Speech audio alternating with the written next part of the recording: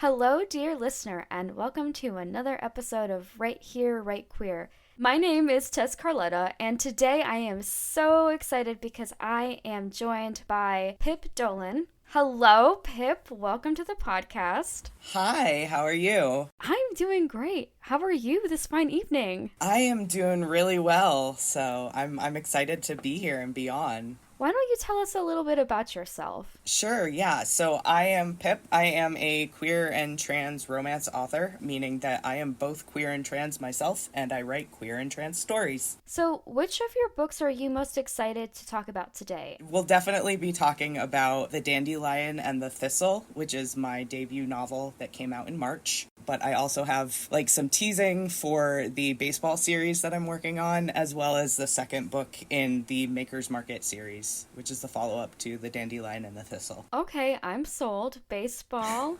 A little fun sequel. Woohoo. Oh, yeah. Do you have a favorite character that you've created? Right now, one of the favorite characters I'm working with is this side character whose name is Hey Hey. He's one of the baseball players, and he is just the most himbo, biggest ally ever. If you think of your stereotypical dumb jock, which I hate saying because I know way too many jocks who are not at all dumb and are very smart and analytical, but if you think of that caricature that gets played up in media a lot, but you add in this whole side of empathy and really emotionally intelligent and supportive and things like that, he is currently one of my favorite side characters who's just kind of bouncing around in all the books. And he has a pet rabbit that he takes on walks, and... No way. Yeah, so he has a pet rabbit that he takes on walks, and when he goes down to spring training, he stays with his parents, and the rabbit has essentially taken over his childhood bedroom. So he, sleeps on a tiny pull-out couch in, the library, and the rabbit has this, massive paradise. But yeah, so Hey Hey is currently one of my favorite, just ridiculous characters. Just curious, is Hey Hey accepting marriage proposals at this time? Not currently, no. Just asking for a friend. No, but I No. do, I am kind of thinking, that he's gonna get his own little novella, with the sister of one of the protagonists in the first baseball book, because I think that would be a lot of fun to have them scheme and get together in that way. Well, I'm already sold.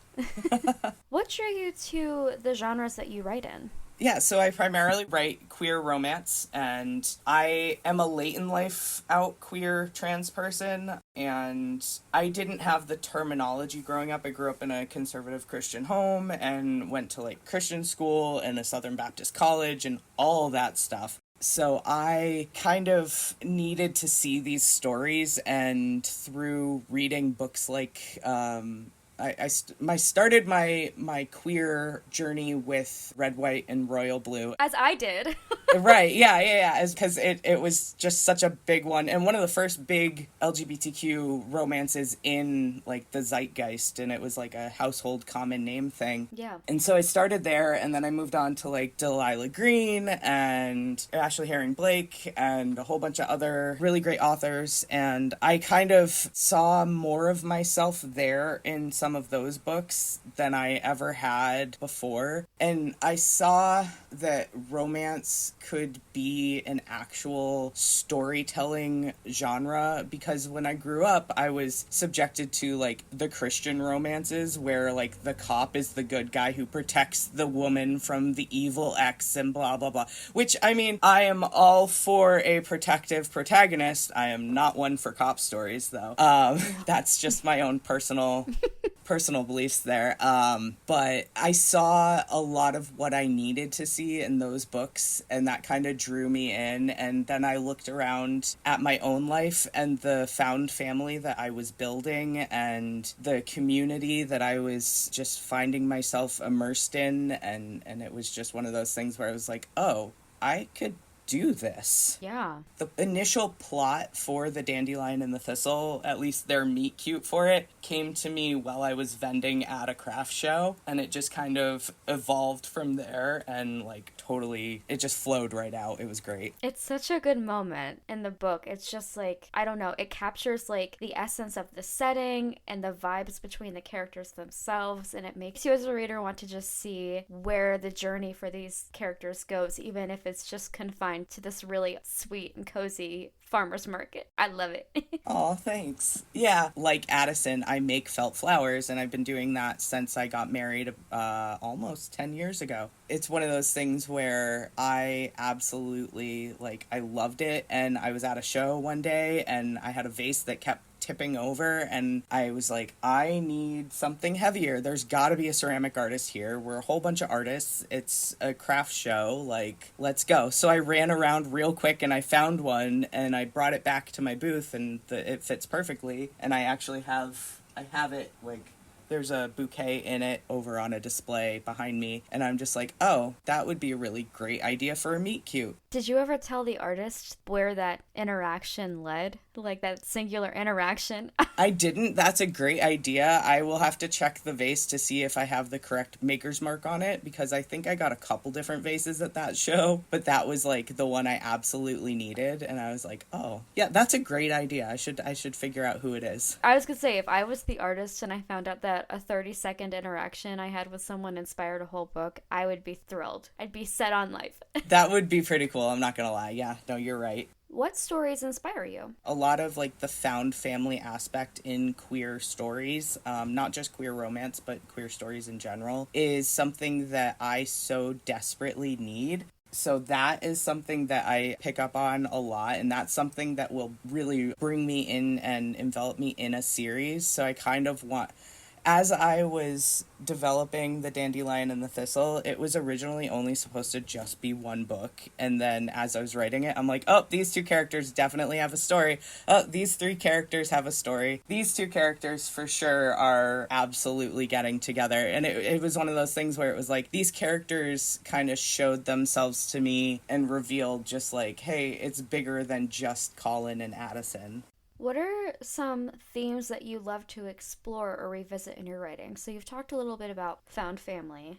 Are there any others? Yeah, I like taking tropes and kind of not necessarily subverting them, but doing hopefully a different take on them. One of the books I have planned for the Maker's Market series is an enemies to lovers fake dating. Ooh. Yeah, so they're rivals at the market, and they each end up having something the other one needs, and so they have to, like, one of them needs a pretend boyfriend because his mom is a politician and she's getting flack because they're so, like, flamboyant and not your stereotypical good gay and that kind of thing, and she's up for re-election, and it's that whole, like, just family drama in essence thing, and then the other artist needs, like, a specific element that is discontinued, the business no longer exists, you can't find it anymore, except for the fact that his sworn enemy at the market has just exactly what he needs. So they agree that they're gonna fake date for a little bit, and it's that whole enemies to lovers thing. And it's a T for T story, so that's gonna be a lot of fun to explore more. Yeah. Oh, I can't wait. Yeah.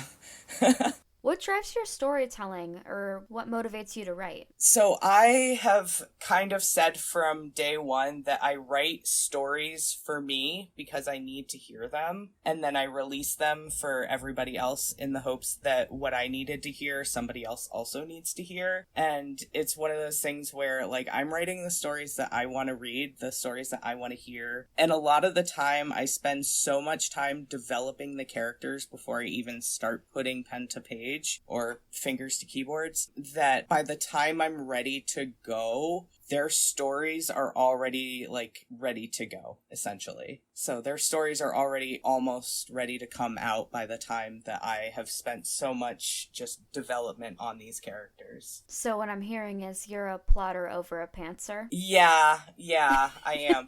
I am a big D&D player too. So yep. Yeah, so I don't want to say how many characters I've developed and developed backstories for, and I'm just like, all right, now I'm ready for them to go into their world and play their thing. And then I'm like, I don't have enough campaigns to do this with. I'm not a forever DM because we rotate at our table, but I'm currently DMing, and I'm like, I have this one character I've been wanting to play forever, so he's just gonna be your main plot device ally buddy who's recruited you for this mission. So that's very much this is a side note that Sebastian will probably edit out, and that's okay, but another one of the podcast hosts on this podcast, Carolina Cruz, Nina, DMs the campaign that I'm currently in, and they have an OC that they play in their own, like, as a player in a different campaign, but they love that OC so much that he's a really big part in our campaign. And that's so fun! Oh, that's awesome. Yeah, no, that's great. What do you hope to accomplish with your stories? I would love if my stories make somebody feel like they're not alone. There's a lot of time when I was growing up where I practically lived in books or lived at the library because it was the best way I could find connection. So I mentioned earlier that I went to a private Christian school growing up, and that was about 45 minutes away from my house. So I didn't have many local friends to like hang out with on the weekends or do stuff outside of like church friends, and that's a whole different that's a whole different podcast. Religious trauma, it's great. So I spent a lot of time either in the car or at home just reading a lot, and my grandmother instilled a love of reading in me from a very early age, and that's something I'm forever grateful for. And I have always kind of been drawn to art in some way. My mom is an art teacher, my dad is a musician and a recording engineer, so I've always been around creative people, and so just kind of having that outlet of books, it's really one of those things that made me feel not so alone. And especially as I've grown in my queer journey, and since I've moved away from being where I was raised and grew up, I have fallen in love with books again and more. And I want somebody to know that A, they're not alone. They might be going through something. If they're reading my book and they connect with a character, hopefully they're getting some of the positives out of that, and they can feel hope from how my characters have moved past their trauma and things like that. Yeah, so I want people to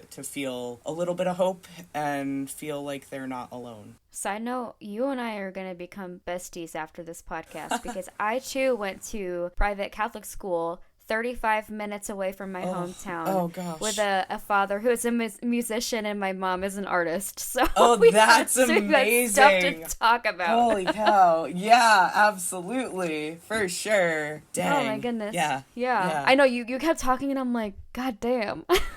It's like, do we have the same life? Yeah, no, hello? Yeah. I know. I don't know if you've read Lincoln Mercer's Becoming His Perfect Daddy. No. But that book, I was like, I'm gonna need to have words with Lincoln about this because I'm pretty sure you just wrote, like, my life. Oh my gosh. And you have somehow scried on my life and decided to write it as a book in a different way than I wrote it as a book. So, yeah. Oh my gosh. It's a small world. It really is. What advice do you have for aspiring authors? Just write it down. When you read it back, it can be one of the worst things ever, but that might inspire something greater down the road. I keep a document for each story that I'm writing on, and it's just like the graveyard is what I call it, and I just put stuff in there. That's what I call mine.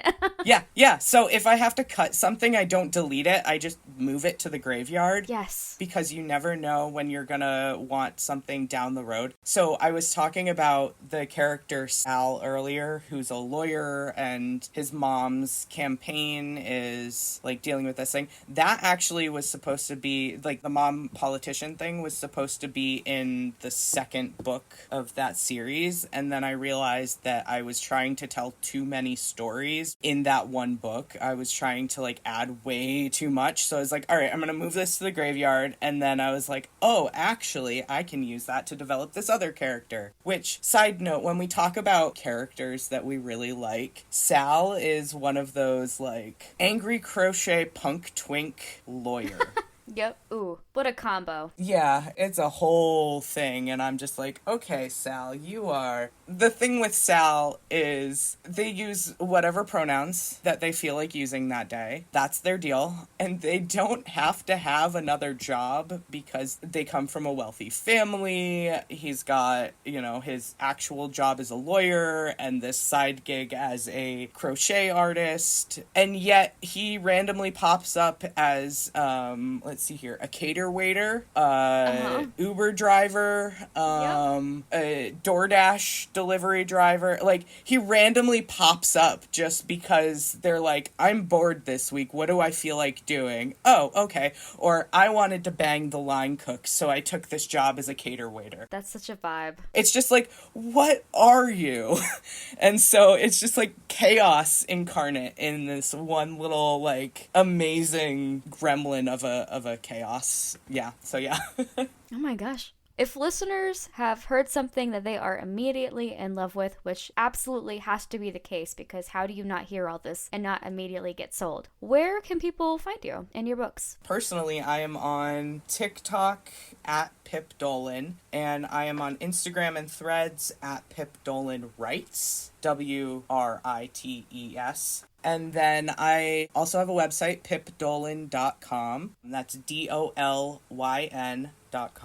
And then, yeah, I'm around. I also am in the Rainbow Readers Discord. I have a little side server there, so if you want little, like, sneak peeks on things, you can hop in there. Awesome. Well, thank you so much for joining me on the podcast today. I really appreciate all your input and everything that you've had to say, so thank you. Yeah, thanks so much for having me. This has been a lot of fun. And just to wrap things up, my name is Tess Carletta. You can find me on Instagram at tess.carletta or at tesscarletta.com. And we'll see you next time.